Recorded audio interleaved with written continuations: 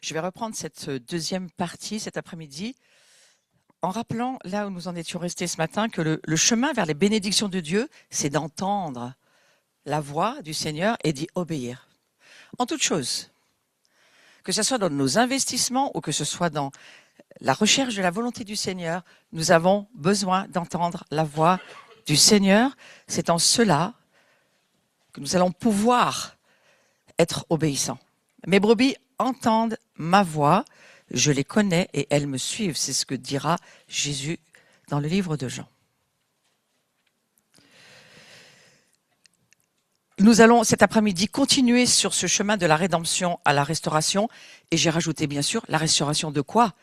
La restauration de la gloire de Dieu.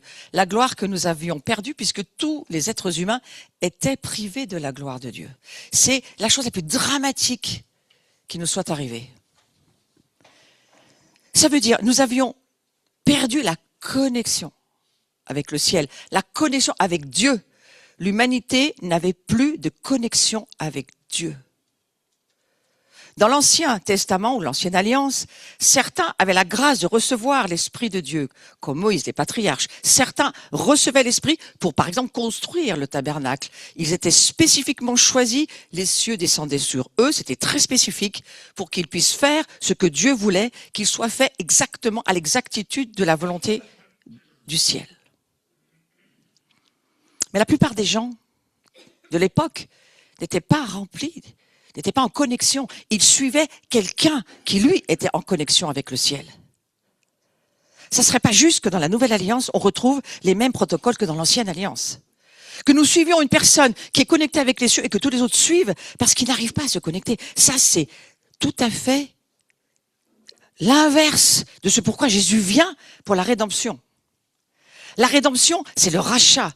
Ça veut dire qu'il nous permet de reconnecter avec le ciel. D'ailleurs, cette personne qui, j'écoutais un de ses enseignements très intéressants sur la Genèse, disait que la véritable traduction pour au commencement, c'est Yom Erad, le jour qui n'est pas un jour, mais qui est Dieu connecté avec l'humanité.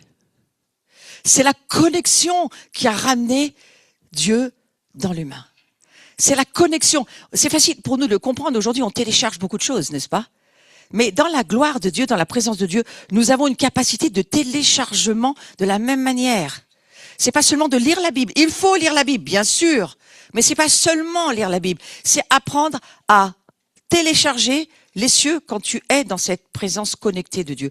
On a aujourd'hui, grâce au sang de Jésus, grâce à cette rédemption, une Wi-Fi en permanence. Pas comme ici aujourd'hui. On a des luttes avec l'Internet. Nous y sommes arrivés, merci Seigneur. La connexion est revenue, gloire à Dieu. Hein? Mais il y a un vrai combat sur la terre encore. Mais nous, notre être intérieur, nos entrailles, ne sont pas sur la terre, frères et sœurs. Ton être intérieur est au ciel, connecté avec le ciel.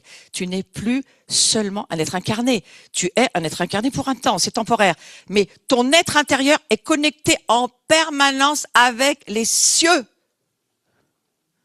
Merci. Un amen. Waouh. C'est fort, hein? La connexion est permanente à l'intérieur de nous. La terre est mise sous tutelle du ciel. Tes entrailles appartiennent à Dieu. Elles sont en permanence. Amen.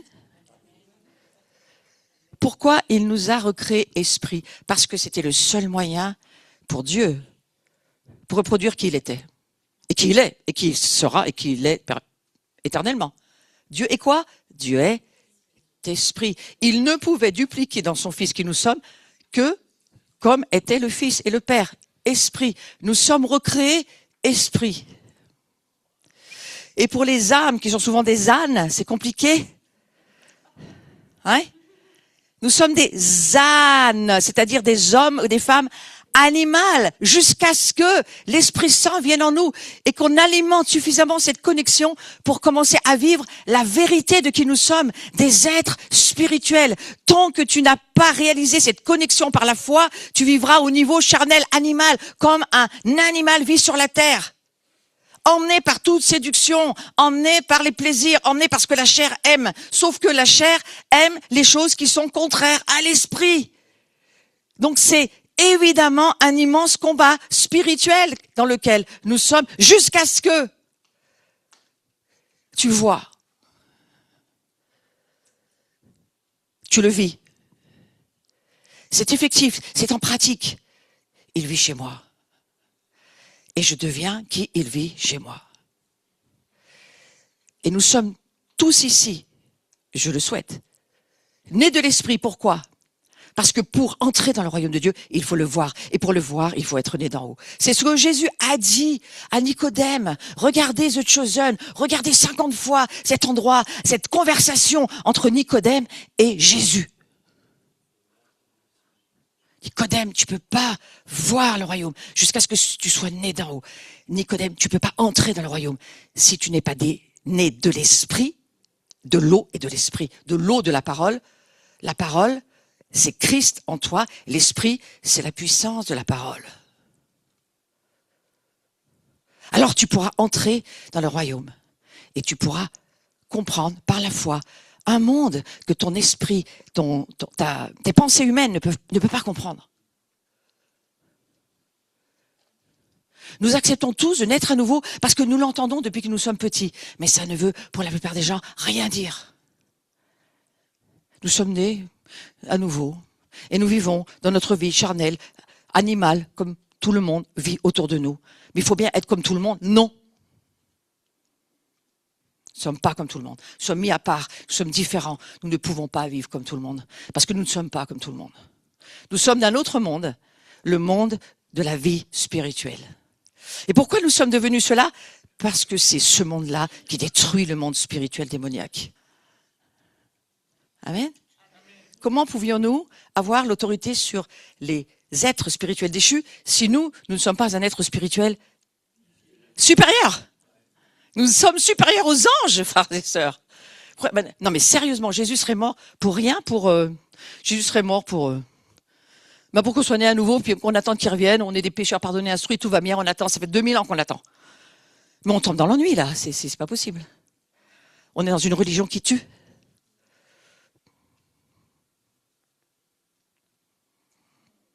L'Esprit Saint en nous se languit de la manifestation des fils et des filles de Dieu.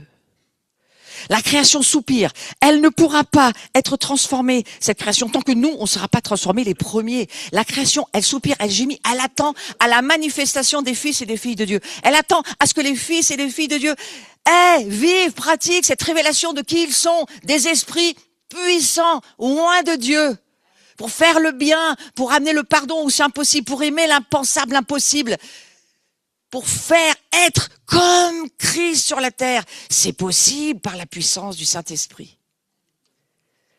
Où l'offense nous coule dessus comme l'eau sur les plumes d'un canard. Et alors? Ouais, je sens, là, ça calcule aussi encore. Seigneur, délivre-nous des calculettes. Notre esprit doit dire à notre âme, c'est la solution pour que tu vives avec moi dans la puissance. Si tu veux vivre dans la puissance, il faut te libérer du monde des esprits mauvais qui vivent à l'intérieur de ta maison. Jésus, la première chose qu'il a faite, il a chassé les voleurs du temple en disant, mais cette maison est une maison de prière, pas une maison qui regarde Netflix tous les soirs. Ah non, c'est pas écrit ça. Vous pouvez mettre la Bible à jour. Des fois, il faut mettre des remises à jour. Vous allez me dire sur Netflix, il y a The Chosen encore, je crois que oui, donc on a le droit de regarder Netflix.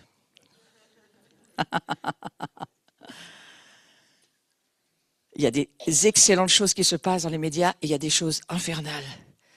Des choses qui te prennent, qui t'emmènent, qui te tuent. Mais le Seigneur maintenant passe par les médias et nous montre qui il est. Et par les médias, des millions de personnes se convertissent avec simplement quelque chose qui vient des cieux et qui est transmis par les médias. Des guérisons, des miracles, Moi, il y a beaucoup de personnes qui me disent, pendant tes journées, je suis sur Zoom et je vis plein de délivrance. Parce que le monde spirituel n'est pas géographique, il est juste spirituel. Donc, on va aller de la rédemption. Et la rédemption, on va essayer de la comprendre, non pas par notre cerveau, mais par l'Esprit de Dieu. En quelques minutes, il faudra un S à quelques minutes, mais j'ai pas pu le changer. Jésus-Christ a racheté qui? Pourquoi? Comment? Pourquoi faire? En fait, qu'est-ce que Jésus a fait? Donc on l'a déjà vu ce matin, on va avancer. Nous devons comprendre la signification du mot rédemption et c'est extrêmement important d'y prendre du temps. Ce mot racheter veut dire échanger ou reprendre. Échanger parce que la croix est un lieu d'échange, exactement comme sur le marché des esclaves. C'est pour ça que, d'ailleurs, cette explication est prise parce qu'à l'époque, c'est comme ça que ça se passait. Il y avait un marché d'esclaves. On vendait les esclaves. Il y avait d'ailleurs une épée au-dessus de la tête de l'esclave et tant qu'il n'était pas vendu, l'épée était au-dessus de sa tête. Et on mettait un prix et l'emmenait celui qui donnait le meilleur prix. Et l'esclave était acheté. Et c'est pour ça que il est question d'échanger parce que là, sur ce marché de l'esclavage, Jésus va prendre cette comparaison. Paul va en parler aussi en disant, voilà, nous avons été échangés comme les esclaves sur le marché de l'esclavage. C'est Jésus, par son sang, qui est venu nous racheter. Il nous a pris de l'esclavage et il nous a emmenés dans son royaume. Il nous a fait sortir du monde des ténèbres pour nous emmener dans le monde de la lumière. Alors parfois, c'est difficile pour certaines personnes qui pensent qu'elles sont correctes sous bien des points. Elles n'ont jamais vraiment fait des gros péchés. Il n'y a rien qui va pas bien. Elles ont pratiqué tous les rituels. Elles vont à l'église. Elles sont de gentilles personnes qui suivent la culture de leur religion, catholique, protestante, peu importe, même orthodoxe. Est-ce que ça nous sauve? Non. Le péché, c'est pas d'être sale ou d'être propre. Le péché, c'est ton cœur qui n'est pas connecté avec celui de Jésus. Où tu n'as pas saisi que tu as été arraché du monde des ténèbres. Grâce à Dieu, grâce à Jésus, par son sacrifice, par sa croix, par son sang, par le fait qu'il donne sa vie, pour qu'il paye pour nous, par son sang, pour que nous puissions être arrachés de ce lieu où Satan avait tous les droits. Comme le propriétaire des esclaves qui sont à vendre. Et le jour où tu vois que dans ce monde, tous ceux qui ne sont pas à Jésus sont la propriété du diable, ça change ton regard. Attention, ne tombons pas dans un regard de jugement ou de « Ah ouais, tu vois ». Non, c'est plutôt « Attention ». Parce que c'est là où nous étions nous aussi. Et sans le Christ, nous y serions toujours. Donc notre regard, il est juste de reconnaissance et de dire « Seigneur, eux aussi, s'ils pouvaient te rencontrer ». Pour eux aussi, être échangés et être racheter. Donc le mot racheter à un grand prix, hein, c'est vraiment le thème de la rédemption, c'est ça, racheter à un grand prix. Et la rédemption, racheter, on va le voir.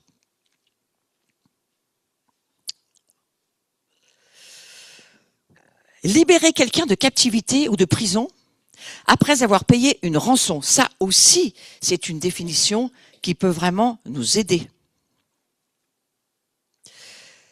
Ça veut dire aussi en grec desserrer, libérer. Parfois, lorsque on vient dans des journées comme ça, et même, souvenez-vous, avant, quand vous n'étiez pas croyant, quand vous n'étiez pas encore vraiment avec votre cœur donné à Jésus, moi, je m'en souviens très bien. C'était des périodes où j'avais des horribles angoisses. J'étais serré à l'intérieur. J'étais serré dans mon cœur, j'étais serré dans mon être intérieur. Comme quelqu'un qui voulait m'étrangler. Souvent, j'ai ressenti ça avant de rencontrer Jésus. J'étais jamais bien. J'étais toujours opprimé à l'intérieur. Je souffrais de rejet. Je souffrais de quelque chose qui m'étouffait, qui voulait prendre ma vie. Je comprenais pas ce que c'était parce que jamais on parlait de ces choses. Tu vas au culte, sois gentil, tais-toi. Chante tes 5 chants spontanés, rentre chez toi. Et si ça va pas, c'est que t'as pas la foi. Tu fais, c'était pas vraiment ça quand même. Mais quand j'ai rencontré Jésus, je l'ai rencontré à plusieurs stades dans ma vie, mais quand je l'ai rencontré en conscience, j'ai senti un étau se défaire. Ça, je m'en souviens encore. J'ai senti que quelque chose se desserrait au fond de ma vie. le diable ne me tenait plus. Maintenant, c'est moi qui devais apprendre à me tenir, mais le diable ne me tenait plus. Je pouvais sortir des captivités si je le décidais. Des fois, c'était très compliqué, très difficile. Quand c'est une captivité qui te tient, il y a un démon qui te tient, une habitude que tu as pratiquée qui est devenue une emprise qui est devenue une forteresse, le démon est à l'intérieur, il te tient. Il te tient même si tu es à Jésus, il te tient, jusqu'à ce que tu décides de faire ce combat. Jeûner, ça peut aider, mais des fois, ça fait juste de la place en église, ça fait pas grand-chose d'autre. Mais des fois, ça aide de jeûner. Et parfois, il faut aussi apprendre à chasser les démons de nos vies pour que nous n'ayons plus l'ennemi à l'intérieur, la 5e colonne, ou le cheval de Troie, mais qu'il soit à l'extérieur, c'est pas le même combat. Quand le démon est à l'extérieur, c'est pas le même combat que quand il est dedans. Comprenez? Si vous avez déjà fait la différence, vous comprenez. Si vous m'écoutez simplement, vous ferez peut-être un jour la différence. Mais lorsque le démon est dehors et pas dedans, ça change tout. Parce que ta victoire, tu la tiens à distance et tu sais, tu vas tenir jusqu'à ce qu'il ne revienne plus jamais. Mais quand il est dedans, tu peux y aller. Tu peux lui chanter toutes les chansons, il les connaît par cœur. Il chante avec toi dimanche matin. Oui. C'est un domaine sérieux, le rachat. Le rachat, ça coûte le prix de la vie de Jésus. C'est sérieux. Quelque chose de quelqu'un qui est lié, qui est attaché à toi. C'est pour ça que souvent, dans ces journées où nous vivons de la délivrance, il faut vraiment se débarrasser. C'est comme quelque chose qui te colle à la peau. Il faut travailler à les pousser dehors. C'est pour ça que je vous encourage à tousser. Parce que c'est une manière de se délier. Je me délie au nom de Jésus. Tu rentres chez toi, mais tu reviendras dans la même... C'est pas seulement de le dire, c'est aussi de le pratiquer.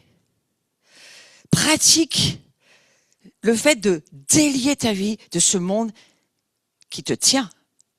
Mais si tu sais qui tu es et tu comprends la rédemption, ce monde démoniaque ne te tient plus. Après, il y a une guerre pour qu'il te lâche, mais il ne te tient plus, ce monde démoniaque. Mais il te tient jusqu'à ce que tu lui laisses le droit de te tenir. Et si tu comprends ce que Jésus a fait sur la croix, il n'a plus aucun droit, ce diable. Donc il a que le droit que tu lui laisses. Je la refais? Ceux qui me suivaient depuis plusieurs années, c'est bon, là, on a passé le truc, c'est bon. Ceux qui faites la planche, continuez, ça viendra.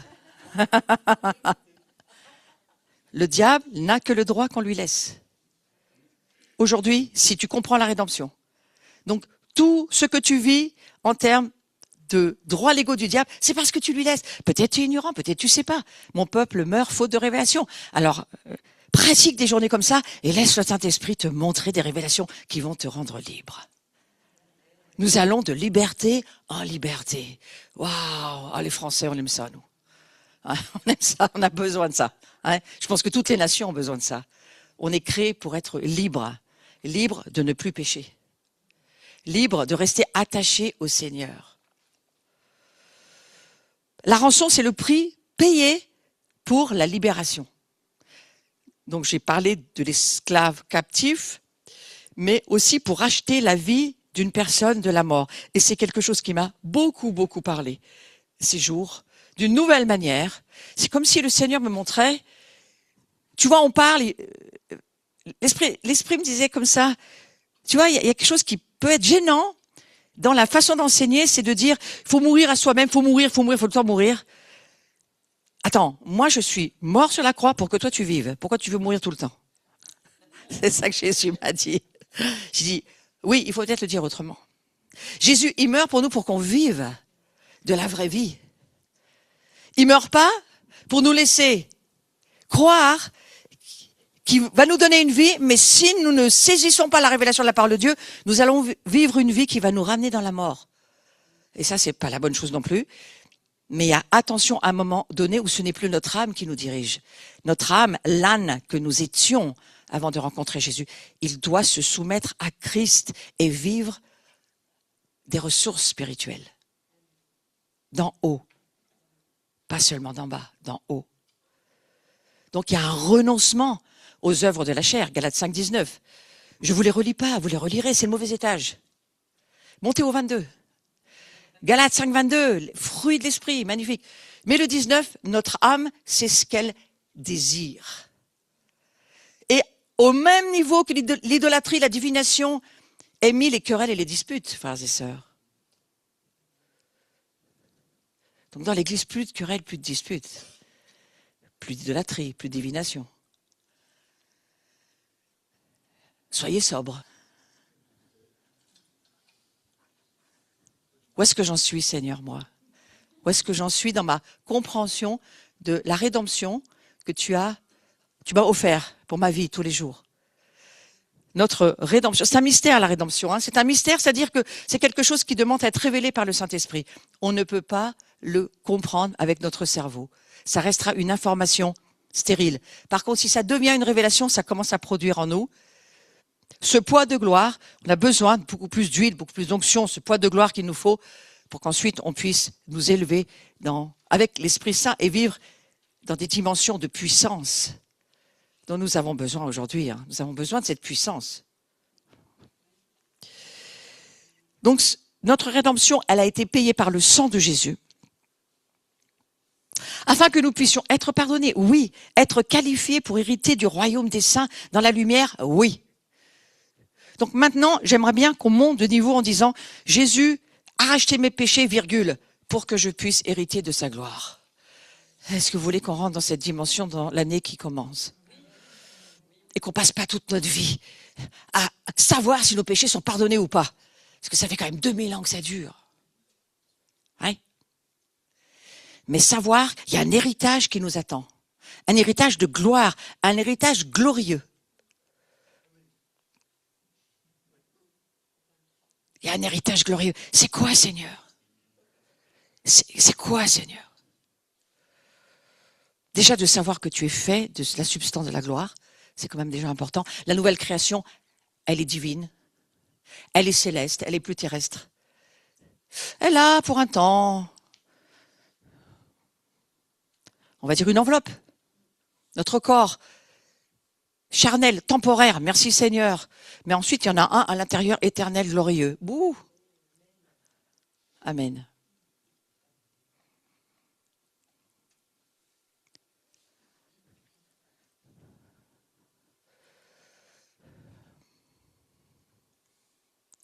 Nous pouvons prendre l'exemple du fils d'un homme riche qui serait kidnappé. Les ravisseurs réclameraient une rançon et l'homme riche serait prêt à la verser pour que ce fils lui soit rendu. Il y a beaucoup d'histoires comme ça dans les journaux. Et nous pouvons dire que l'homme riche, en payant le prix, il aurait racheté son fils au kidnappeur. C'est l'histoire de Jésus, vous avez compris. Il vous a racheté, il m'a racheté, nous sommes rachetés. Et ce Jésus, il a donc fait quoi? Eh bien, il a payé le prix pour que nous faisions partie du royaume de Dieu. Vous croyez qu'aujourd'hui, ça lui fait plaisir de vous entendre dire qu'il y a encore le diable qui vous fait des misères?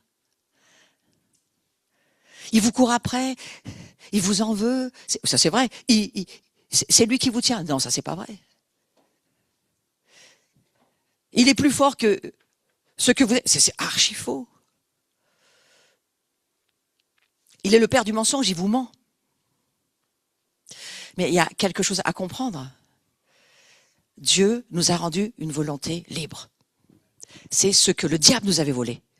Il nous avait volé, pas seulement le royaume, pas seulement le roi du royaume, pas seulement la gloire. Il nous avait volé la connexion, bien sûr. Il nous avait volé aussi la liberté de choix. Ça, c'est quelque chose qu'on doit comprendre avec les gens qui vivent autour de nous. Ils n'ont pas la liberté de choix.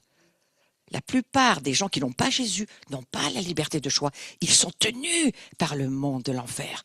Mais nous, les chrétiens, nous avons la liberté de choix. Nous ne pouvons pas nous associer avec ceux qui vivent dans le monde et vivre comme eux et dire « Oh, mais j'aime ça, puis c'est mon choix. » Oui, mais c'est ton choix de quoi?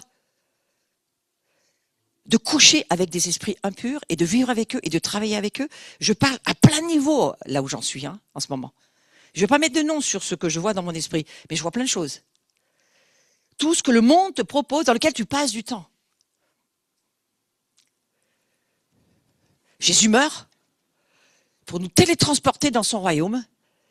Il fait de nous des gens à part. Il nous confie sa gloire, il attend qu'on la développe. Il attend qu'on puisse saisir et voir que nous ne sommes plus des âmes vivantes, errantes, remplies d'esprits méchants, mais que nous sommes juste des êtres vivants, glorieux, qui sommes appelés à vivre d'un fleuve qui sort du trône de Dieu. Tout ce que ce fleuve touche est guéri, délivré. tout ressuscite, même les morts, puisque c'est votre histoire. Vous étiez mort et vous êtes vivant. C'est mieux que la Belle au bois dormant, vous ne trouvez pas? Oui, c'est l'évangile. Et cet évangile-là, commencez à vouloir le vivre. Alors, c'est vrai, regardez, je vais juste vous lire un passage. Ce que Jésus a donc fait, en nous rachetant, Paul va dire dans Romains 7, 14, mais moi, c'est Paul qui parle, hein, c'est pas Saul, c'est Paul. Paul, ça y est, il est passé dans le monde de la lumière et maintenant il voit avec ses lunettes infrarouges. Et qu'est-ce qu'il dit? Je suis charnel, vendu au péché. Moi, je suis charnel, vendu au péché. Comment il peut dire ça? Parce qu'il le voit.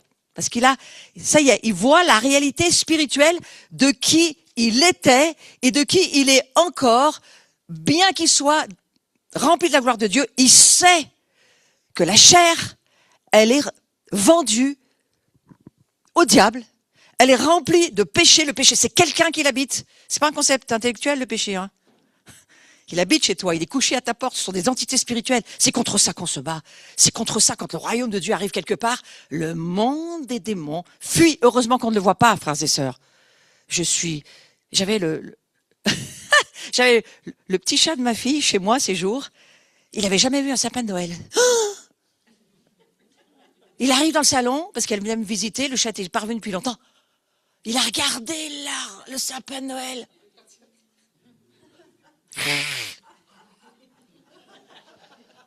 Je pense que c'est l'effet que ça nous ferait si on voyait les démons. Je me suis dit, si vous voyez un démon, ça serait pas pire que de le voir comme ça. Hein? Il n'avait jamais vu un sapin avec des boules. Ça bouge, il y a de la lumière, mon Dieu. Mon Dieu. C'est pour ça que, des fois, c'est pas utile de les voir, hein.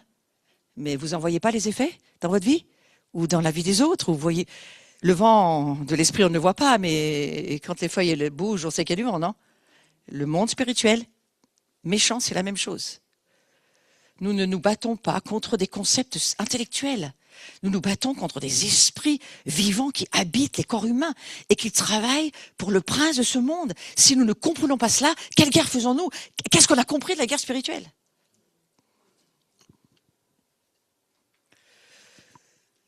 Revenons au rachat. Mais Paul, quand même, je crois, quand il dit « je suis charnel », nous aussi, nous sommes encore charnels, n'est-ce pas? Nous sommes encore charnels dans notre enveloppe. Mais notre identité, c'est pas ça. D'ailleurs, Paul va le dire. Je suis le pire, mais je suis un saint. Et qu'il a compris qu'il était devenu saint. Et ça, c'est notre véritable identité spirituelle. Mais j'aime quand Paul va dire vendu au péché. Vendu parce qu'il savait qu'avant de rencontrer Jésus, il était sur le marché des esclaves vendus au diable et que le diable faisait de sa vie ce qu'il voulait. Et pourtant, Saul, c'était quelqu'un qui semblait très correct dans la vie de son temps. Il était, à mon avis, bien habillé. Il faisait partie, avec le Sanhédrin, des intelligents de la Torah qui connaissaient par cœur. On en a plein comme ça chez nous. Et qui savaient tout par cœur. Et qui faisait le pire du pire. Il tuait les amis du Christ. Aussi, aujourd'hui, ça existe encore, cela, dans l'Église, frères et sœurs. De quel esprit sont-ils donc animés? Vendus au péché. Nous ne sommes plus. La puissance de Satan est réelle, c'est là où je veux en venir. Elle n'est pas imaginaire, c'est pas un fantasme théologique. Hein. Croyons ce que la Bible dit par le Saint-Esprit. L'Esprit nous révélera toutes choses. Satan, c'est un être réel avec un pouvoir réel. Lisez mon bouquin, Le chemin de la liberté. 20 ans, pour pas dire 30 ans, j'ai étudié ce monde des ténèbres, mais toujours avec le monde de la lumière en face, pour comprendre comment il fonctionnait, ce monde des ténèbres. Aujourd'hui, je vais plus dans ce monde-là. Il a fallu que j'aille comprendre. Je vais plus. Mais maintenant, je m'attache à la lumière. Mais je sais comment il fonctionne. Je connais mon ennemi. Je sais ce qu'il fait. Je sais ce qu'il est capable de faire. Je connais ses stratégies. Je connais ses desseins. Si tu ne connais pas ton ennemi, comment tu te bats? Comment tu vas gagner ta guerre si tu ne saisis pas qu'il vit chez toi? Oh, combien de divorces dans le monde chrétien. C'est normal, les démons se battent entre eux, ils détestent être derrière. Donc quand tu as deux dominants, t'imagines, mais c'est la corrida. Il y en a un des deux qui meurt, forcément. Hein. C'est juste terrible. Hein. Plutôt que de comprendre qu'il y a un monde spirituel et que nous sommes appelés à, ensemble, nous mettre ensemble pour détruire ce monde démoniaque qui nous détruit. Amen. Hein.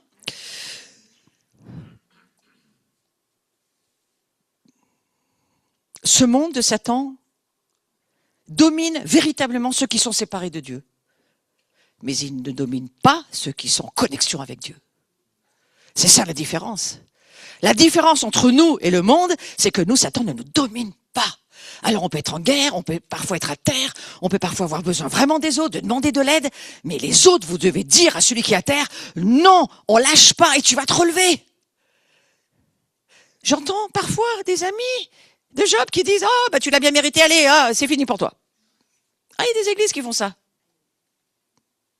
Tu l'as bien cherché. Vous croyez que c'est ça qu'il faut dire pour relever quelqu'un? Il faut juste lui dire, on va se mettre ensemble avec toi et le diable va reculer. Vous pouvez prendre cet engagement dans vos communautés, les uns avec les autres, les gens autour de vous, avec qui vous pouvez prier, ceux avec qui vous pouvez vivre une vie spirituelle, votre conjoint. Oui. D'accord? Afin d'entrer dans le royaume de Dieu, il faut d'abord être délivré de la puissance du diable. Oui. Et cette délivrance, elle est possible, mais elle est possible uniquement à travers la mort. C'est pour ça que j'ai mis sur ce... J'ai cherché vraiment... Alors, si vous voyez la photo en entier, c'est encore pire. J'ai mis un petit bout seulement. J'ai trouvé que ça me suffisait pour aujourd'hui. Vous avez remarqué qu'il a des enfants de chaque côté? Vous savez, c'est comme sur CNN, no comment. C'est no comment, frères et sœurs.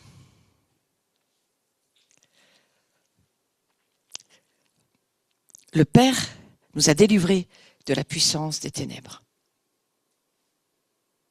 Il y a une église qui vit chez les bisounours, hein, je vous le dis. Je pense que quand Dieu nous ouvre les yeux, il les ouvre sur le monde spirituel. Pas que sur le jardin d'Éden. Hein. On a besoin aussi de voir ce qui se passe à côté pour aider. Il faut demander au Saint-Esprit jusqu'où on a le droit d'aller voir ou d'accepter de voir ce qu'on a besoin de voir pour aider. Parce que ce monde des ténèbres, quand il ne peut plus t'arrêter, qu'est-ce qu'il fait? Il te pousse pour te séduire. Et il va finir par t'avoir si tu vas aller trop loin dans la révélation du monde des ténèbres. C'est pas ce qui nous est demandé dans la Bible. Portez vos regards sur le Christ en haut et pas sur le monde des ténèbres. Mais il faut quand même connaître son ennemi. Il faut quand même savoir comment ça fonctionne. Et si ces enfants sont là, croyez-moi, ça veut dire beaucoup de choses. Combien d'enfants appartiennent à Lucifer parce que personne s'en occupe? Alors merci Seigneur, hein, aujourd'hui il y a du monde qui se lève pour aider les enfants. Mais quand même, hein, les réseaux pédophiles, je peux vous dire, l'Église, elle voit rien, elle veut pas savoir. Mais si vous allez un peu vous informer, on a un fardeau qui tombe sur nous, celui du Seigneur, pour dire Seigneur, s'il te plaît, mets en nous ta gloire et qu'on puisse aider le plus qu'on pourra, au moins dans l'intercession et la prière. Au moins, si on ne peut pas aider ailleurs. Mais si on peut aider ailleurs, on le fera aussi, bien sûr. Ouais. Mais voilà. Donc le Père, c'est une certitude, il nous a délivrés. Il nous a délivrés, il ne faut pas se composer, hein, de la puissance des ténèbres. Et il nous a transportés dans le royaume du Fils de son amour. Ça, c'est 1 Colossiens 1, 12. Donc par la foi dans le sang de Jésus, on a été retiré, arraché, enlevé de la sphère d'autorité de Satan et transporté dans le royaume de Dieu. La rédemption, c'est ça. C'est un arrachement des ténèbres pour te planter dans le royaume de la lumière. Te replante pas dans l'autre royaume, c'est pas la peine. Amen. Amen. T'es d'accord? Tu restes les deux pieds dans le même royaume. Après, si tu as quelques soucis et quelques confrontations spirituelles, c'est quand même normal de là où tu viens. Sauf que il y a la croix au milieu et qu'il y a un grand fossé qui te sépare du monde des ténèbres, qui est au fond de toi. Moi, je te parle de quelque chose qui vit chez toi. Bon, mon Dieu. Qu'est-ce qui se passe? Ouais, mais il y a la croix au fond de nous. Et donc, bien entendu que nous aussi, nous sommes une terre. Il faut combattre la terre de notre cœur. Le mot transporter, ça veut dire fait passer. Vous avez beaucoup d'exemples aujourd'hui. Les passeurs, en mer comme sur terre, hein, ils passent d'un pays où ils n'ont pas le droit, ils devraient vivre, ou dans un pays où ils n'ont pas le droit d'aller, c'est illégitime. En fait, c'est des passeurs, ils vous passent. Eh bien là, Jésus, c'est légitime, il nous passe chez lui. D'accord? Pensez à ça. La rédemption, c'est le droit de vivre chez Dieu. Il faut arrêter de laisser le diable nous faire croire que c'est pas vrai. Oh, mais je sais pas si mes péchés sont pardonnés. Ah! On est fatigué, là. Ouais? On est fatigué. Donne tes péchés à Jésus. Si c'est parce que tes péchés sont cachés à l'intérieur, oui, les péchés cachés, il faut les donner à Jésus. Mais il attend que ça, Jésus. Il attend que ça. Il t'a transporté dans son royaume pour que tu n'aies plus à subir ces oppressions, ces abus, ces obligations démoniaques, ces dominations sur nous. On est inexcusable de se laisser faire. On est inexcusable. Il ne faut pas se laisser faire. Sauf qu'il y a une église qui n'a pas compris qu'elle ne doit pas se laisser faire. Donc elle va à la confession à son prêtre tous les dimanches, où elle va voir son pasteur et lui casser la tête tous les dimanches pour savoir si ses péchés sont pardonnés. Il faut avancer. D'accord? Donc il y a aujourd'hui une urgence à voir et à entrer dans les réalités spirituelles qui sont les nôtres et que nous pouvons voir par la foi. Nous sommes transférés d'un endroit à un autre. Nous ne vivons plus là où nous vivions. Hein? Nous avons été totalement transférés. On va avancer, parce que là, on va lire ceci. Vous avez été rachetés à un grand prix. Ne devenez pas esclaves des hommes. Alors là, vous avez remarqué? Esclaves de quoi? Ah, c'est plus du diable. Mince, ça a changé de propriétaire. Ne devenez pas esclaves des hommes. Oui, parce que quand tu... Là, c'est écrit pour les chrétiens, ça. Donc quand Jésus a tout fait, il te transplante dans son royaume. Il te télétransporte. Il te met dans un autre royaume, et que dans ce royaume-là, tu ne vis pas sous sa domination. Qu'est-ce qui va t'arriver? En fait, ça veut dire que tu suis ta chair. Tu suis l'homme, la femme qui est au fond de toi, séparée de Dieu. Tu n'es plus en connexion avec les cieux. Tu es juste en train de revenir à là d'où tu étais. Et donc, tu te remets sous l'esclavage de l'homme. Charnel, de la chair.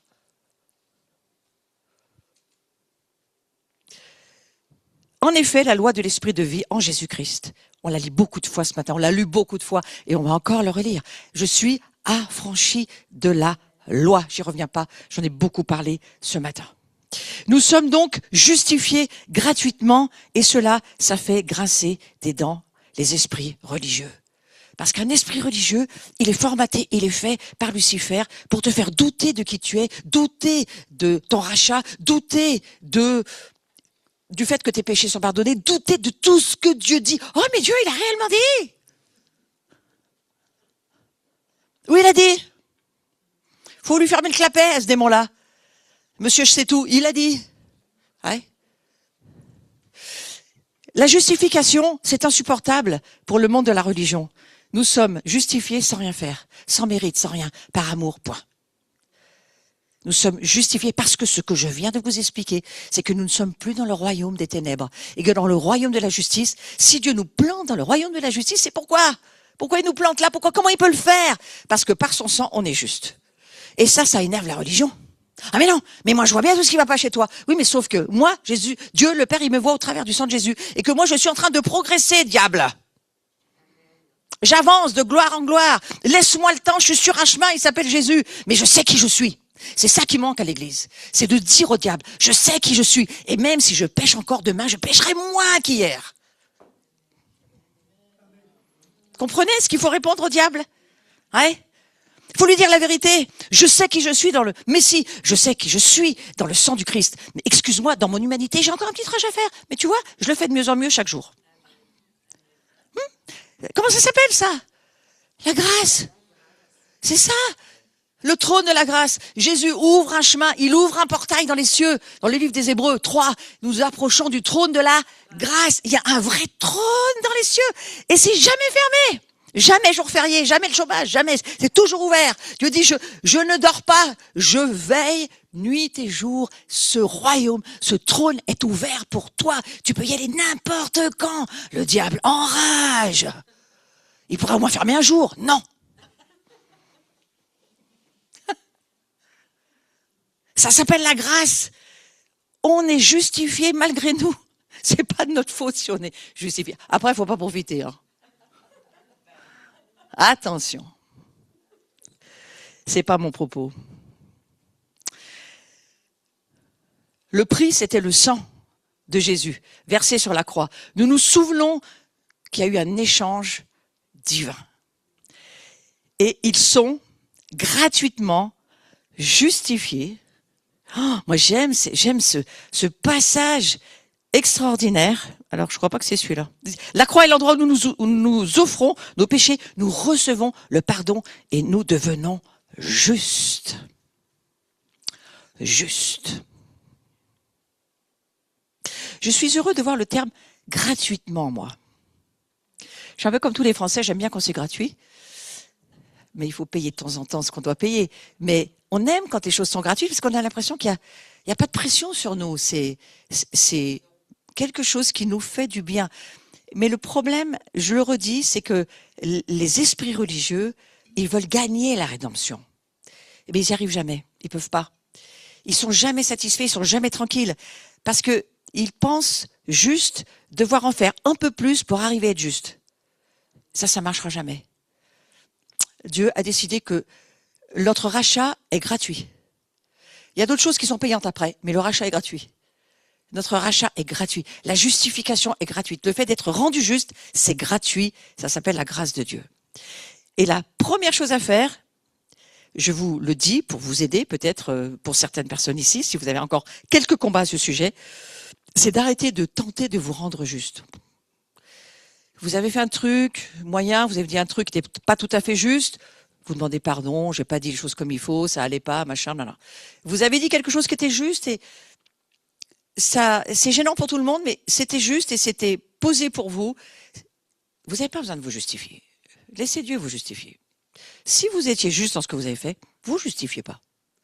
On n'a pas à se justifier quand on est injuste.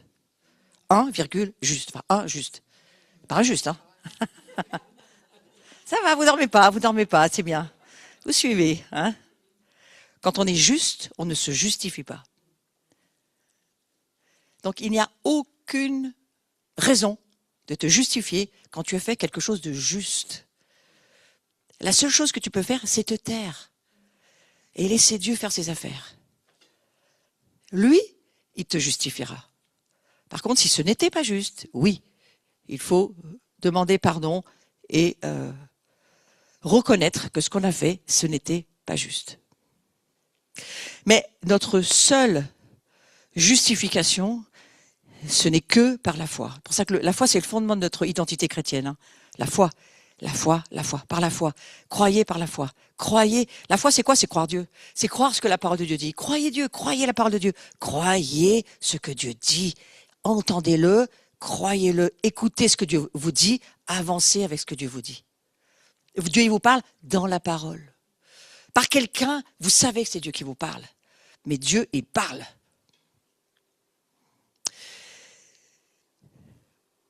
Vous voyez le verset intéressant de Pierre qui dit « Afin que libérés du péché, vous savez que vous êtes libérés du péché ?» Amen. Ah, j'ai l'impression qu'on a monté un étage. Vous êtes libérés du péché? Oui! Vous arrivez demain matin, oh, on va pas parler de péché, on va parler de gloire. Pauvres pécheurs. Et on se flagelle. Et on arrive à l'église, on rampe comme des limaces. Ouais. Non, donnons de l'honneur et de la gloire à la croix et au sang. Un jour, j'étais comme ça en conversation avec Dieu. Ça m'arrive souvent d'être en conversation avec Dieu. Et il me dit, n'offense pas ma grâce. Alors j'ai réfléchi, n'offense pas ma grâce. Qu'est-ce que ça veut dire, Seigneur? Quand j'ai décidé que c'était pardonné, ne reviens pas dessus. Ne te mets pas au-dessus de mon sang. Quand je dis c'est pardonné, ne va pas au-dessus pour dire, ah, mais t'es sûr que c'est pardonné? N'offense pas ma grâce, n'offense pas ma gloire, n'offense pas mon sang. Si j'ai dit que tu n'étais pas coupable, tu n'es pas coupable. Si j'ai dit que tu étais incorruptible, tu es incorruptible. T'es sûr? Oui.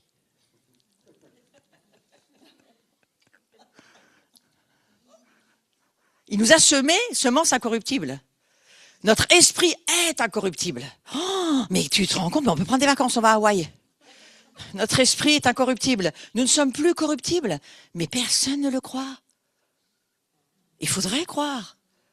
Notre esprit, je n'ai pas dit notre humanité charnelle, un petit effort à faire, mais notre esprit est incorruptible. Pourquoi? Parce que c'est l'Esprit Saint en nous. Il est incorruptible, l'Esprit Saint. C'est plus moi, dit Paul. C'est Christ en moi. C'est pas marqué, c'est Jésus en moi, attention. Il dit pas c'est Jésus en moi, hein, Paul. Il dit Christ, c'est le oint, c'est celui qui est la puissance en moi. Lui, sa puissance, elle a fait qui je suis. Quelqu'un d'important. J'ai la capacité de chasser les démons, vous êtes important. Vous avez la capacité de guérir les malades, c'est important. De ressusciter les morts, c'est important. De réveiller ceux qui s'endorment, c'est important. Oui! Je dis ça pour tous ceux qui s'endorment. Donc la croix, c'est l'endroit où on offre nos péchés, mais où on sait qu'on est devenu juste.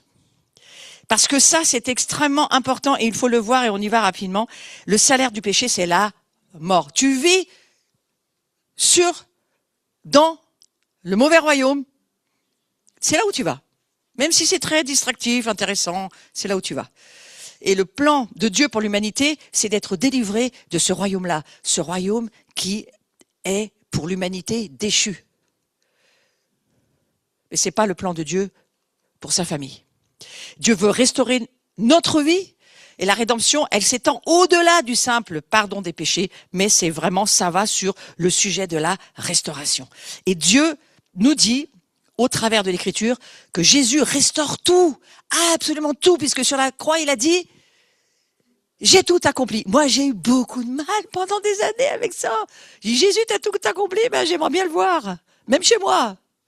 Je dis, je vois pas. Parce que j'étais dans le domaine charnel et terrestre pour une dimension spirituelle. Tu peux pas comprendre. Et c'est extrêmement décevant. Et certains perdent la foi à cause de ça. Parce qu'ils n'arrivent pas à connecter.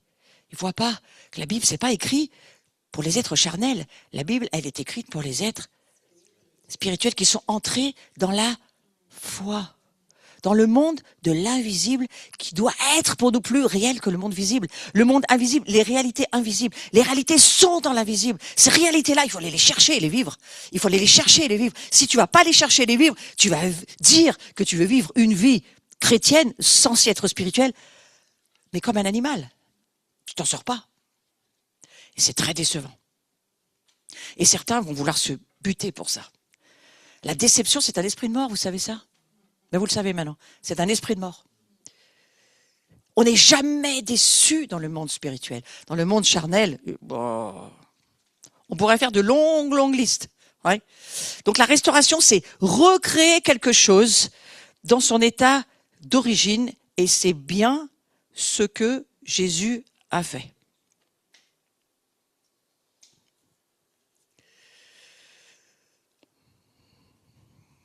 C'est réparer quelque chose? Non. C'est créer quelque chose à partir de ce qui existait? Non. La restauration dont il est question dans la parole de Dieu, c'est une recréation. C'est-à-dire qu'il va prendre qui nous sommes, charnel, une âme vivante avec un esprit mort. Il va nous dire, cette dimension-là, elle doit mourir. La dimension charnelle, identitaire, elle doit mourir. Ton identité n'est pas charnelle. Ça doit disparaître. On doit voir que ça n'existe pas dans la pensée de Dieu. Il fait venir son Fils pour nous sortir de cette mort éternelle dans laquelle nous naissons. Lorsque nous naissons de père et de mère, nous naissons pour mourir éternellement si nous ne rencontrons pas Jésus. Et alors que nous rencontrons Jésus, nous rentrons dans un monde spirituel parce que nous naissons de l'Esprit. Et c'est là, il nous recrée. Pas dans ce que nous étions avant. Il nous recrée dans autre chose. Il nous recrée par son Saint-Esprit qui vient en nous. qui vient vivre en nous, qui vient se mettre en nous, là où il peut, comme une semence incorruptible, une semence qui n'a ni commencement ni fin, parce que c'est lui qui vient chez nous. Donc lui, on ne sait pas quand il a commencé, on ne sait pas quand il finit. C'est Dieu. On est un peu perdu, hein. Et c'est ça qui vient chez nous. On est perdu avec celui qui vient chez nous. Mais il faut découvrir qu'on ne se connaît pas. On ne sait pas qui nous sommes. Nous sommes recréés à l'image, au prototype Jésus. Et Jésus, il n'a ni commencement ni fin, il est là-haut, il est assis, il est tranquille. Il est remonté dans les gloires. Et on est avec lui dans ses gloires. Et c'est ça qu'il voudrait qu'on vive, dans cette dimension-là, cette dimension de la gloire. Nous sommes recréés, nous ne sommes pas ce que nous étions, améliorés, réparés, rénovés. Non, non, non. Ah, il n'aime pas la rénovation, hein, Dieu. Dieu, il laisse et il recrée. Quelqu'un d'autre. Il nous crée spirituel. Et ensuite, il dit, bon, tu vas garder ton enveloppe là, un certain temps. Tu supportes. Moi, j'ai bien supporté. Jésus, il a supporté 3 ans. Nous, on va supporter un peu plus pour la plupart d'entre nous. Mais c'est pas qui nous sommes. C'est pas qui nous sommes, notre corps charnel qui va disparaître. C'est pas qui nous sommes. Une âme qui est un âne qui comprend rien. Par contre, une âme sanctifiée qui se transforme, dont la volonté, les émotions, dont les pensées deviennent spirituelles. Et on est ensuite en aide, en soumission avec le Saint-Esprit. C'est une vie magnifique. Ça vous intéresse? C'est ça. C'est pour ça qu'il y a eu la rédemption. C'est pas seulement pour que nos péchés soient pardonnés, frères et sœurs. C'est pour rentrer dans une autre dimension, la dimension de qui nous sommes, que nous ne voyons pas, mais que nous croyons. Moi, je la vois chez certaines personnes, cette dimension, je la vois. Moi, je vois le Christ qui grandit chez certaines personnes. J'entends l'Esprit parler, j'entends les dons se révéler, je vois la créativité. Tout ça, ça doit revenir dans l'Église pour transformer déjà qui nous sommes, que nous grandissions ensemble dans cette nouvelle recréation. Et cette nouvelle recréation, elle ne peut pas être individuelle, ça n'existe pas. Paul le dira beaucoup de fois, c'est nous.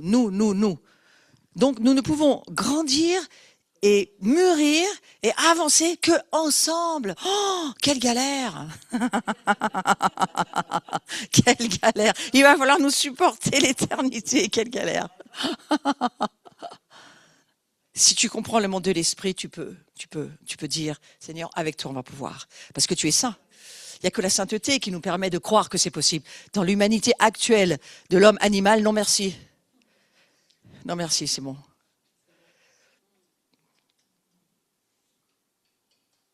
Mais par le Saint-Esprit, c'est possible. Vivre notre couple par le Saint-Esprit, c'est possible.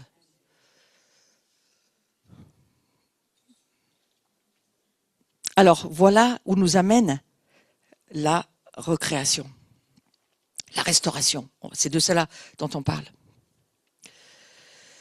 La croix, c'est la clé de la restauration.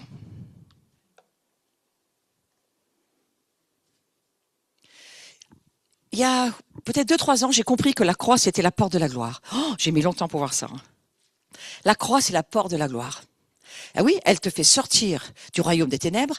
Tu passes par la croix. La croix, c'est une opération chirurgicale spirituelle. Hein. Elle te transforme, elle te recrée. La croix, c'est un endroit d'opération spirituelle chirurgicale. Et elle te transporte dans le monde de la lumière, dans le monde divin. Elle te fait devenir le corps du Christ. Tu ne trouves pas que c'est exagéré?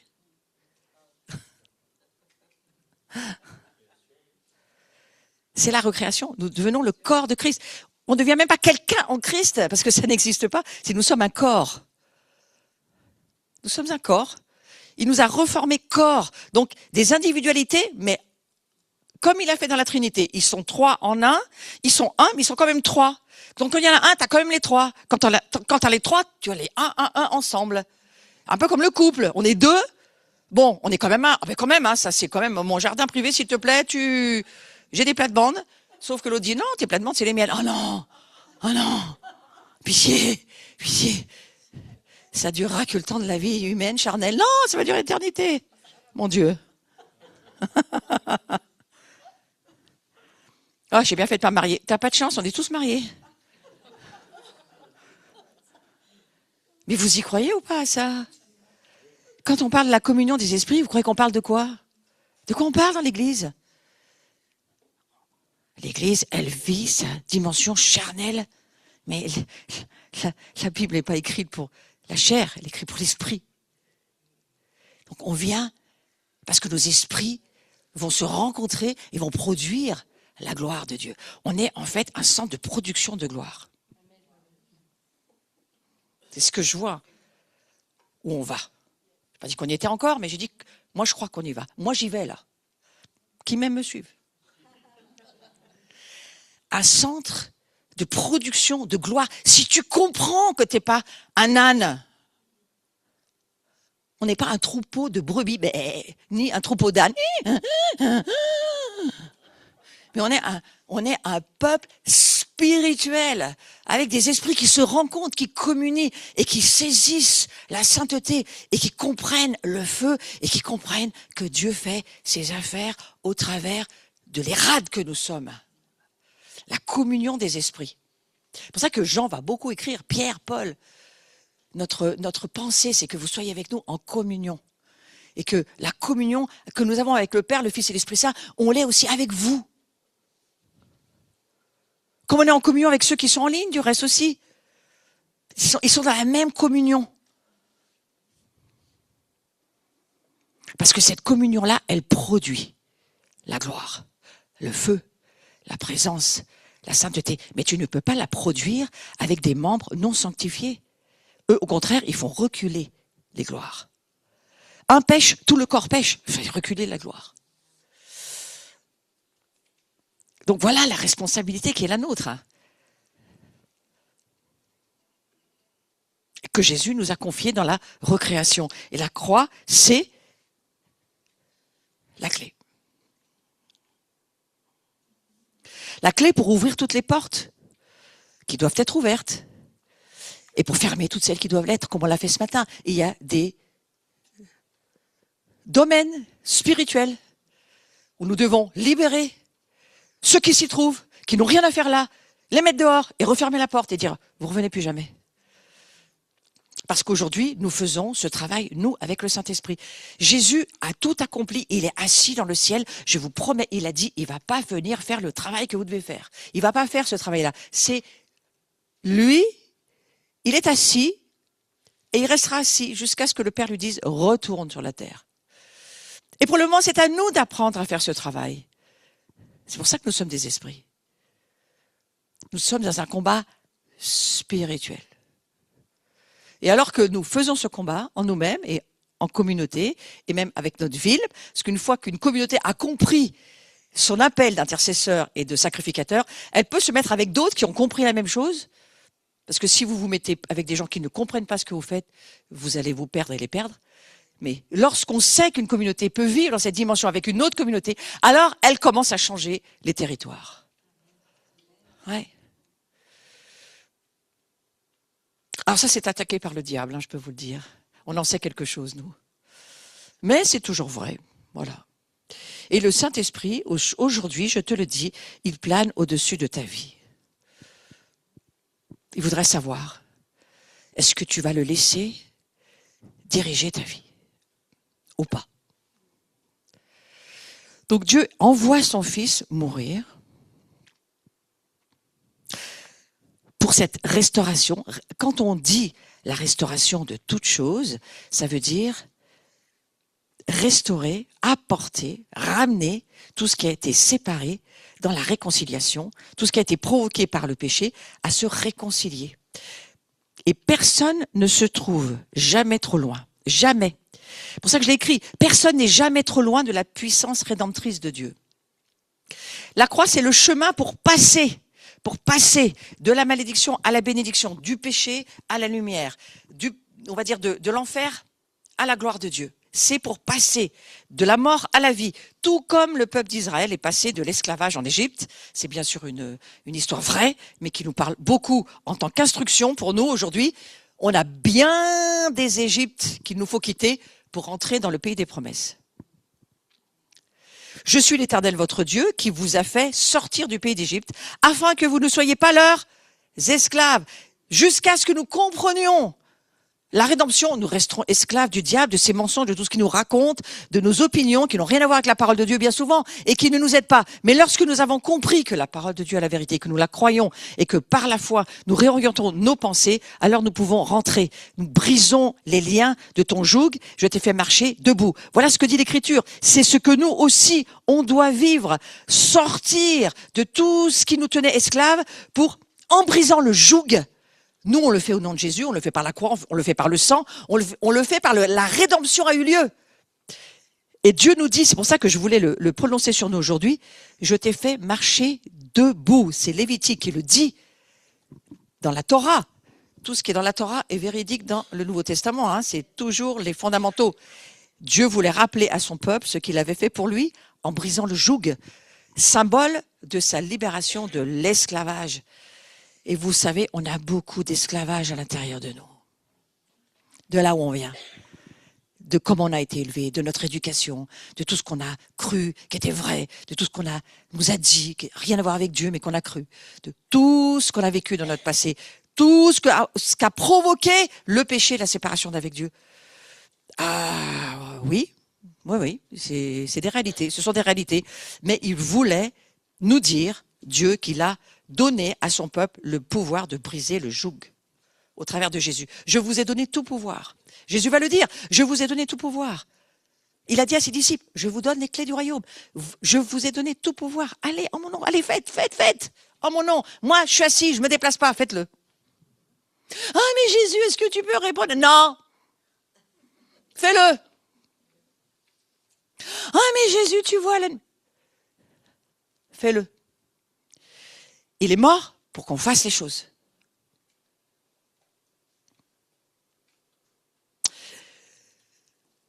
Pourquoi il nous dit ça? Parce qu'il veut nous rendre, je l'ai évoqué tout à l'heure, il veut nous rendre notre dignité. C'est la honte d'être toujours obligé d'aller demander à quelqu'un ce qu'on doit faire. Non, le Père t'a rendu ta liberté. Moi, au travers de mon sang, de ma mort, la rédemption, elle te rend ta liberté de choix. Ta liberté de décision, ta liberté d'autorité. Tu fais pas, c'est toi qui décides. Non, mais il faut que je prie parce qu'il faut que Dieu me dise si je dois aller au culte dimanche. Mais prie pas, c'est déjà... Enfin, au secours. Je dois aller à la messe ou alors je dois aller au foot. Ben, je sais pas, enfin... Non, mais je ne me moque pas.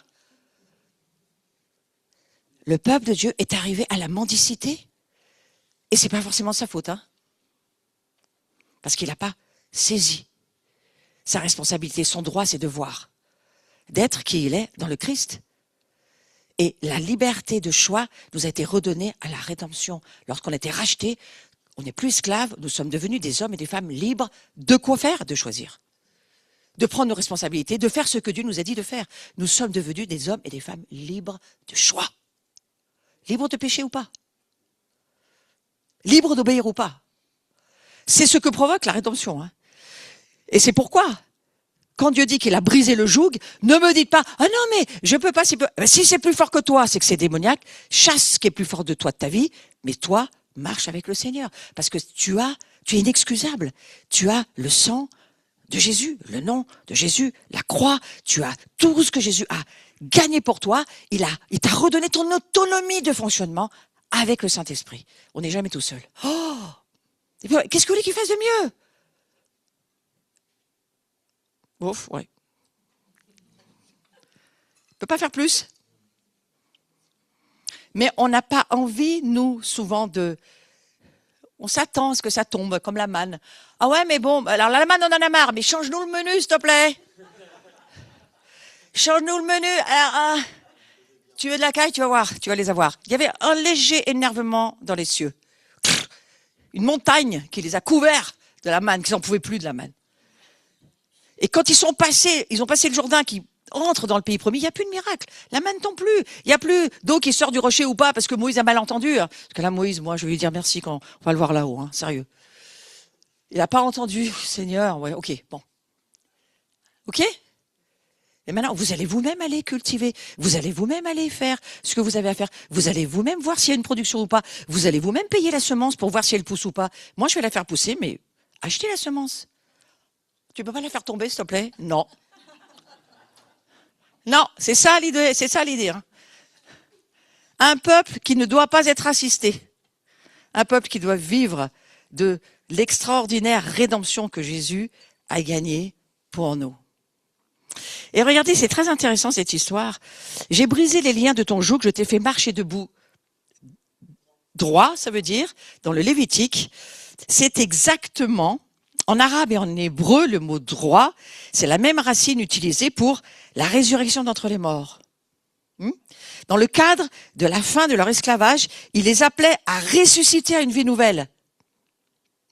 Et dans Actes, vous le lisez 14-10, il dit soudain d'une voix forte, quand il y a eu la résurrection avec Jésus, il dit soudain d'une voix forte, « Lève-toi droit sur tes pieds ».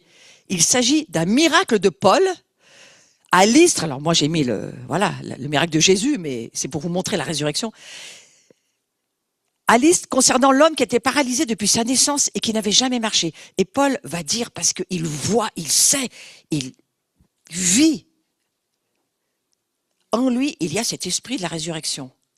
Et il sait qu'il peut dire à cet homme, tiens-toi debout, droit, lève-toi, sors de là. Vous savez qu'on l'a tous, cela en nous? Hein? On a ça en nous. Maintenant, il faut le pratiquer, le croire, entrer dans cette révélation qui nous est donnée. Parce que les liens, quand ils sont brisés, comme ce matin, vous avez vu le nombre de lieux où beaucoup d'entre nous, on est sortis de certains lieux. On ne savait pas qu'ils étaient là, ces démons. Mais quand les démons sortent, waouh, il y a une naissance qui se fait, il y a l'esprit qui vient, et il y a quelque chose qui se passe en nous d'extrêmement puissant.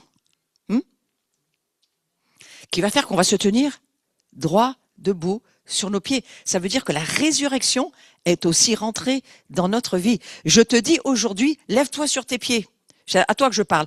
À toi qui va me regarder en replay. Les liens de la mort sur toi sont brisés. Les esprits de mort sont chassés. Les esprits d'abattement qui te courbent. Les esprits de maladie. La dépression, l'oppression qui te couche. Ce monde qui t'a tenu courbé, qui t'a mis dans la mort, il est chassé. Lève-toi, mets-toi debout. Au nom de Jésus. C'est bien ceux qui l'ont fait. Amen.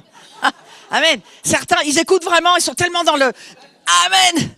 Eh ben, mets-toi debout. Et vis de là où tu viens et là où tu vas, dis-toi, je me tiens debout.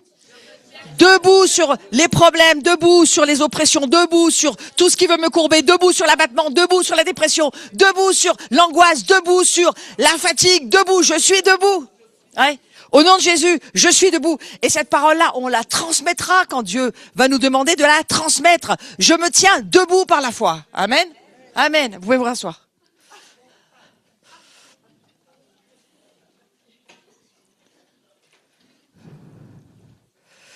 Dieu est en train de restaurer quoi donc? Plusieurs choses, c'est important de le savoir, important de le voir.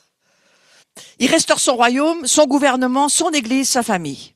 Et le message que Jésus est venu annoncer, c'est le rétablissement du gouvernement de Dieu en l'homme. Il rétablit son gouvernement au travers de la rédemption. La rédemption, c'est un rétablissement de gouvernement dans ta vie, dans ton cœur d'abord. Dans ta famille.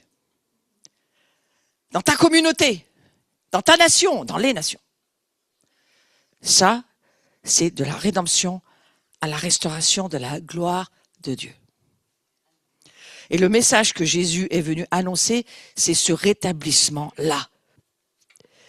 SOS à Dieu pour la restauration de nos vies. La restauration de la famille. La famille ne peut tenir debout aujourd'hui que si elle sait qui elle est. Que si le père et la mère savent qui ils sont. Au moins un des deux sait qui il est. Et qui va se tenir, non plus courbé, mais debout. Par la foi, en prenant les promesses de Dieu, en y croyant et en s'attachant à ce que Dieu dit. Ça, c'est le pouvoir de la rédemption pour la restauration de la gloire de Dieu. Amen. Nous sommes des Christ, des oins, j'en ai bien parlé.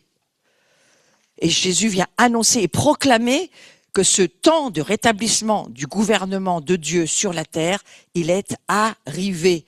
Accueillir ce gouvernement. Accueillir, ça veut dire repentance, nécessité, changement radical de manière de penser. Alors là, si vous n'avez pas écouté l'enseignement que j'ai donné sur remise à jour sur la repentance, écoutez-le, c'est sur ma chaîne YouTube. Il y a vraiment pas longtemps que j'ai donné cet enseignement, je crois que c'était un samedi, il y a peut-être même un mois, même pas.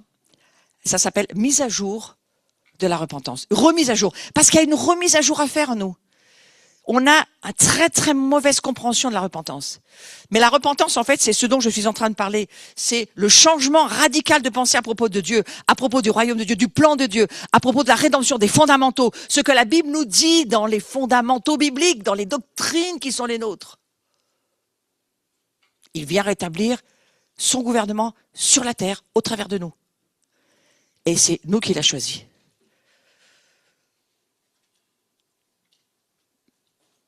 Un changement radical de pensée à propos de Dieu, pas seulement de Dieu, de son identité, de son dessein parfait pour l'homme et pour la terre. Et ce gouvernement serait accessible uniquement à ceux qui acceptent de se repentir. Ce royaume n'est pas accessible si tu ne te repens pas. Ça veut dire quoi? Si tu changes pas tes opinions sur toi-même, si tu changes pas tes opinions sur ce que Dieu dit, si tu changes pas tes opinions sur ce que la parole de Dieu te dit. Nous ne sommes plus des âmes, nous sommes des esprits vivants. Pardonner, racheter, justifier, sanctifier, glorifier, pour gouverner. Christ le roi ne peut pas régner ou gouverner des hommes qui n'ont pas au préalable accepté sur eux son gouvernement. Tu peux sortir de ta prison du péché en décidant de croire la parole de Dieu qui te dit que tous tes péchés sont pardonnés. Ça, c'est la repentance. C'est pas de faire des listes insupportables, tu refais les mêmes depuis 40 ans. C'est de croire que tes péchés sont pardonnés. Crois-le. Alors oui, quand tu n'as pas pardonné à quelqu'un, c'est bloqué. Oui, quand il y a des péchés que tu caches, c'est bloqué. C'est les deux seules raisons vraiment valables où il faut revenir au péché. En disant, Seigneur, montre-moi si j'ai pas pardonné à quelqu'un, il y a un truc qui bloque. Il va te le montrer. Le Saint-Esprit nous enseignera toutes choses. Et il va même te rappeler ce dont tu te rappelles pas, parce que lui, il a de la mémoire. Comme il vit chez toi, il devient ta mémoire.